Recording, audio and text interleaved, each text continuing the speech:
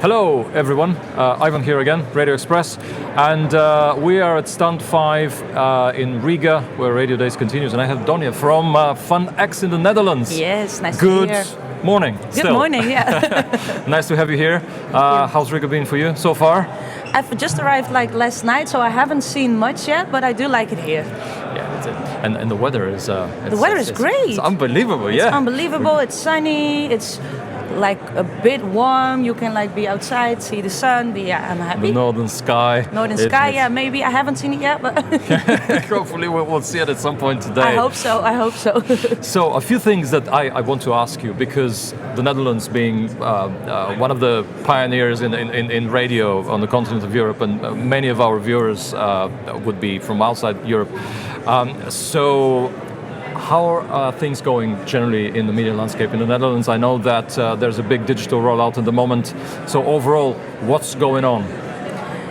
It's quite a big question. I know. So I guess, what's going on? I feel like with in entire Europe or like all over the world, you feel and you see the digitalization of the media landscape, and that people are consuming media in a different way, more so via apps, via their telephones.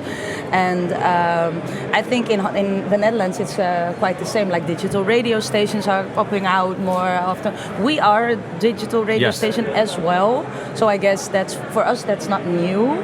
And I feel like our target audience, we are targeting like 15 to 35, so it's a young target audience, are consuming media through internet.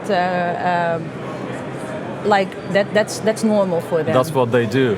But you see that in the entire media landscape, it's becoming more normal, more general. Yes, and mentioning your station, it's a unique format. Speaking of Europe. Yes. So tell us more on. So how do you in Europe, how do you come up with such a format? It's so interesting. It's mixing urban and Afro and all of these vibrant genres. How do you do that? Well, I guess the urban music and like Afro, hip hop, R&B is like a very popular genre for the youth, for youngins, for like young adolescents. But there wasn't a radio station, there wasn't a place they could go to. And I feel like in the Netherlands, especially because I live there, so I know more about that than every or any other country. You have like a big group of multicultural young adults that love this music, that have to be that have to worry or have to be how do you say that? Have to know what's going on in politics, what's going on in this city, but they don't recognize themselves in any other like general media station. Yes. And I guess that's why FunX was created, and that's why it's so popular, because you see yourself. You hear yourself and you hear the topics you need to be talking about, but you are not talking about, or you feel like at every other media platform they are talking about you and not with you. And that's what FunX does. It's like for and through young people. Yes. Youth, I guess that's adults. You've employed the new principle. So back in the day, radio would be about doing something for everybody rather than something for everyone. Yes, and doing it for everyone, involving everyone, I guess, makes things work. I think so. And with digital, have you noticed? Because that's the big conversation these days. Two big things: digital and what is called AI. Yeah. So with digital, have you noticed any significant moves from FM into digital, or from FM into consumption via phones, or is it quite balanced? Have you noticed any specific changes? For example, in the UK, many people are now dramatically moving to digital, and stations have to readjust all sorts of things, including their sound processing, even things like that. So have you noticed any significant moves now with the rollout of digital in the Netherlands? I feel like if I talk specifically about FunX, that the balance was like always 50-50, I guess. because we didn't have like one FM frequency. How do you say that? We have had 4 in the big cities: The Hague, Amsterdam, Rotterdam, and Utrecht. Yes. And like we had an app, the FunX app, and that's where the most of our listeners are. They would go to. So the digital part of for us was already there. But what you do see is like more and more our target audience or our public or whatever name you want to, listeners, viewers, whatever, are not like listening the entire show linearly. Yes, in a linear fashion. Yeah, in a linear fashion, but like the snippets we post on our social media are like going viral and stuff. So I guess that's a change that we'll see more and more, that people know the radio show or know the podcast or know what we are doing, but through these snippets we post on TikTok or Instagram or YouTube Shorts.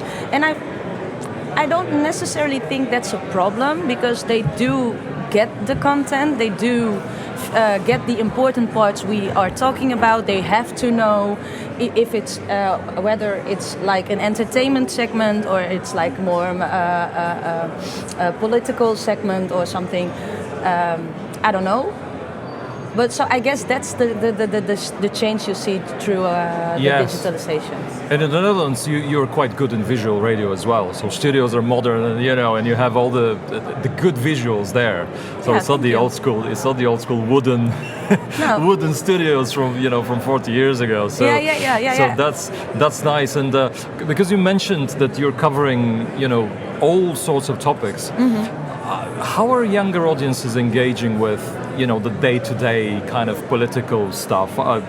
Do you see them being really interested in that? I think the easiest answer to that is no. No. But I feel like if you create the right tone of voice, you take the things they need to worry about. For example, with politics, it's about housing. Yes. It's about whether you get like a scholarship for your studies. Yes. It's about whether your politics are going to be very right-winged or left-winged, and the environment. Anything you have to be worried about, we try to make them aware of that. And we try to talk about those topics in their sense, the things that they should be worried about, and why it is important for them to be involved in politics or to be involved in what's happening in the world. And like I said, we have a very multicultural target audience.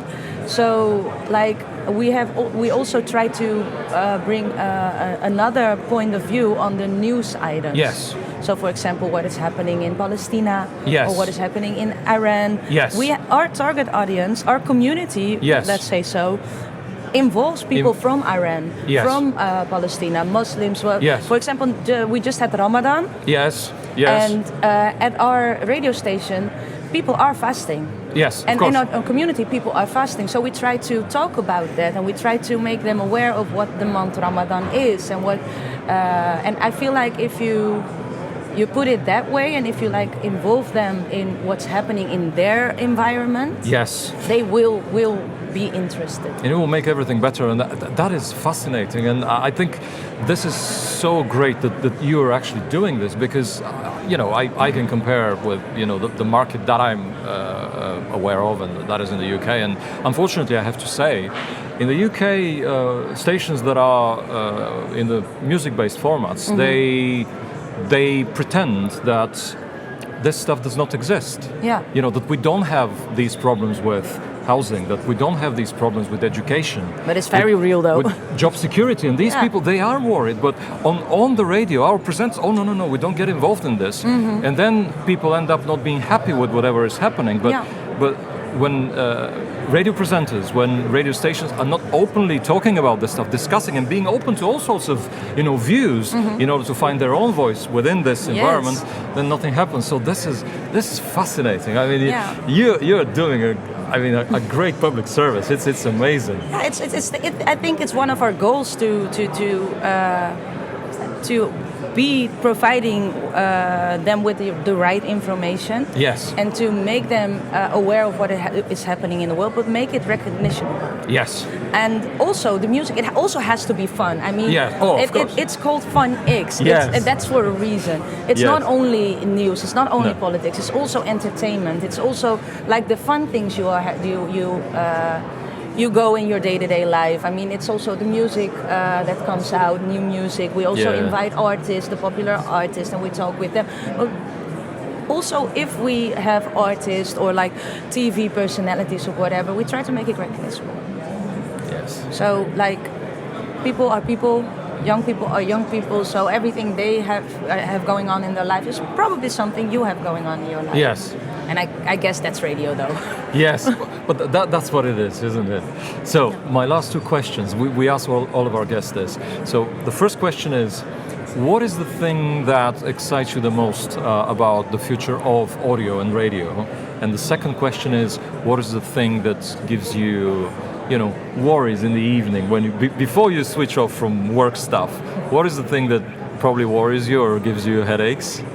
Okay, to like entire. I know. I know. I guess the things that excites me most about audio and radio in the future is that I feel like every day you get the reminder that radio isn't dead and won't be dead if you do it the right way. And I feel like everybody wants to be entertained. In which way? It doesn't matter in what way, but you have to be aware and act to what is happening in the media world. So if people are going digital, go digital. Yes. If they are staying on the FM frequency, be there. Yes. Just be where your audience is. And in our case, it's not only like at behind your mic, but go to them, go to schools, go to the festivals they are at, go make them make them know the brand. Yes. And want to be part of it. And I guess that excites me, that people often say radio is old, it's for old people. But it's not. I feel like it's not. If you do it right. If you do it right, because podcasts are super popular, that's a slow medium. For example, at Spotify you have like podcast type away things that are radio, like 2 songs, then a talk, and it's radio, but it's in a different way. Yes. So I feel like that excites me, that it's always moving, and there's always a way to reach your audience. And what worries me is just the world, man. It's just what is happening in the world. I know. You don't know what future we are going to have, but the fear people more and more have, like people are not connecting, but like. Standing in front of each other, and that worries me. Just be nice to each other. True. Go eat something with each other. People are okay. People are nice. True. Dunja, thank you so much. It was a real pleasure, to learn at least a bit of FunX and what's going on over in the Netherlands, and have a great conference. Very happy to be here. You too. And we'll see you soon. Thank you. Thank you, guys, and we'll be back soon.